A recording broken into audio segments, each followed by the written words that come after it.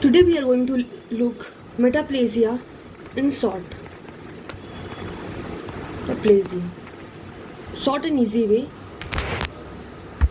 Metaplasia, that is the change in phenotype of differentiated cell due to stem cell reprogramming. Like what a stem cell done, that it made the squamous epithelium, and this metaplasia has occurred, and this led to formation of stem cell by columnar epithelium. So this is a change in the phenotype of the differentiated cell due to stem cell reprogramming. And why this metaplasia is caused due to chronic irritation. Now there is how many types of metaplasia? So types of metaplasia.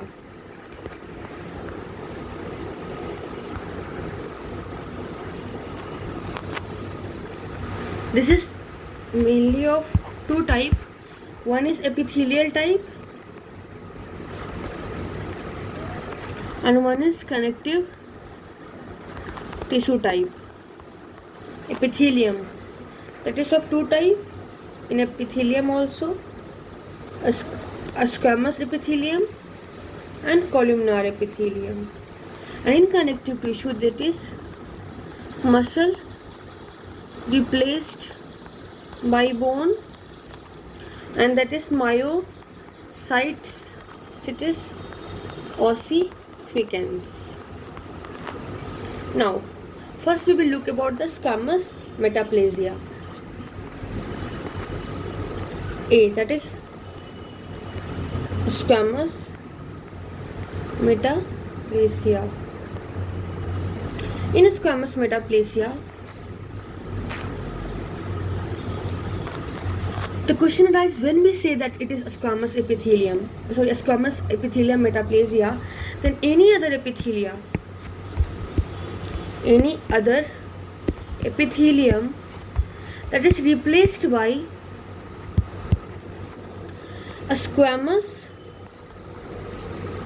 metaplasia.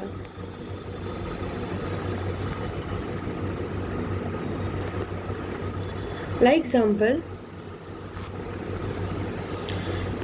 respiratory system is there, okay, and this is the columnar,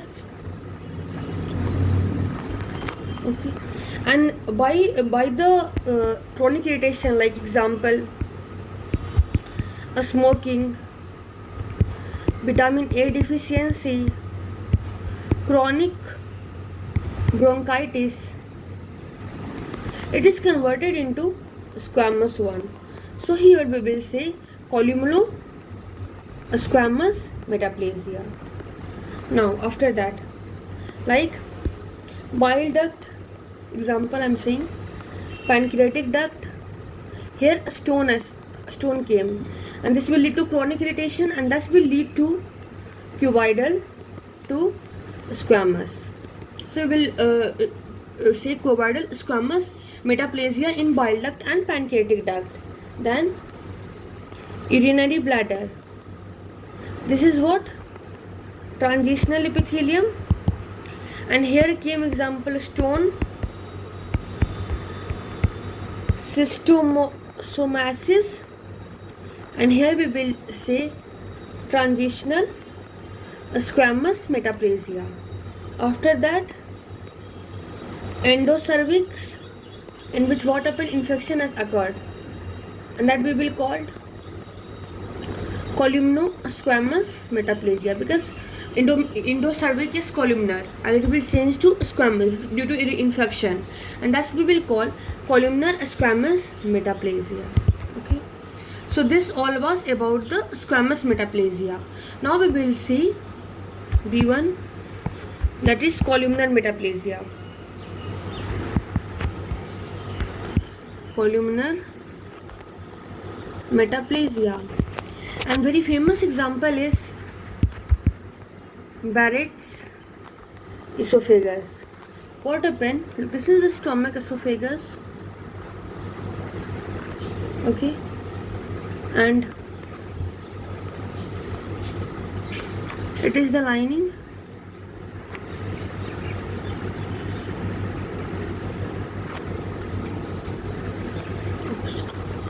So this is esophagus and this is stomach, and this was a squamous one and this is columnar one. Due to when acid heartburn occur and when the acid come here, then this lead to change of this squamous epithelium into columnar epithelium, and this is called as Barrett's. So, and when this acid production occur, so here what happened? Metaplasia from squamous to columnar type occurred. And when this, in which condition the acid production increases? Example in GERD. Okay, and in GERD what happened? Epigastric pain, heart pain, nausea, vomiting. Then how we okay, in this what happened? Again I am repeating. Then epithelium will be replaced by this epithelium, squamous epithelium will be replaced by intestinal like columnar cell. Okay, why? Under the influence of reflux gastric acid. And this one is, and how we can confirm that okay, this is Barrett's esophagus. Then we will took the biopsy from the Barrett's, and this will lead to change of squamous, change it to columnar, and this could be a malignant condition. Now I have written one more, that is the columnar metaplasia. Connective tissue metaplasia. So here I am going to tell you some point about connective tissue metaplasia. Here what happened? There is formation of cartilage,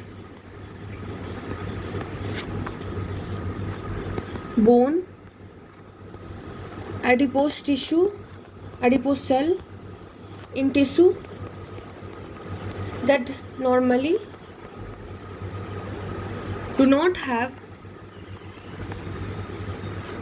these elements. Example what?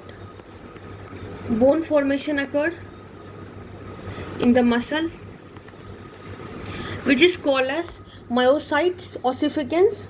Okay, and this occurred usually after intramuscular hemorrhage.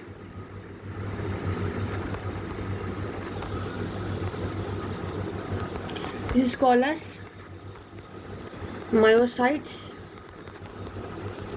ossificans. And this type of metaplasia do not have so much risk of increased risk of cancer. Now we will look atrophy in very small and simple way. Atrophy, this means decrease in cell size or decrease in number. Atrophy, and atrophy means decrease in cell size, decrease in the number, means that lead to reduction in the size of an organ or tissue. Okay, and this could be physiological or pathological. First we will look about the physiological. Example first, physiological, and the first is decrease loss. You have decrease the loss of endocrine stimulation. Then the cell tissue undergo hypertrophy, as occur in menopause, that lead to decreased breast and decreased uterus.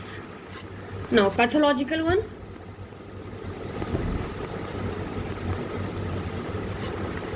Example A, like there is decreased workload. Means we are not, the tissue is that is example is like muscle inside the fracture cast. When there is fractured limb, fracture cast, there is decreased workload, so there will be undergo tissue atrophy. Example is muscle inside fracture cast of fracture limb. B is the denervation atrophy. It means that denervation atrophy means that damage to the nerve, then damage to the nerve lead to atrophy of the muscle which is supplied by those nerve. So you can write that damage of the nerve lead to atrophy of muscle fiber supplied by those nerve. C is the pressure atrophy.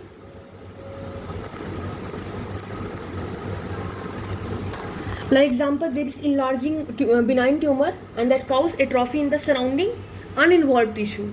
Okay, so here you can remember that due to in the condition of benign tumor.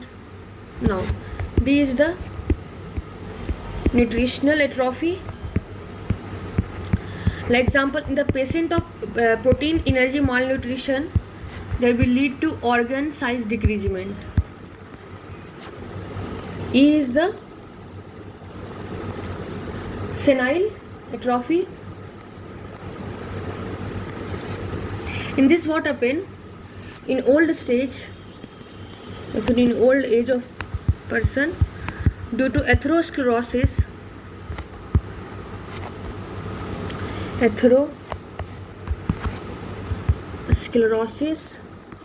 there lead to ischemia to the brain and due to ischemic injury to brain that lead to senile atrophy of brain. This was small discussion on atrophy. Thank you very much.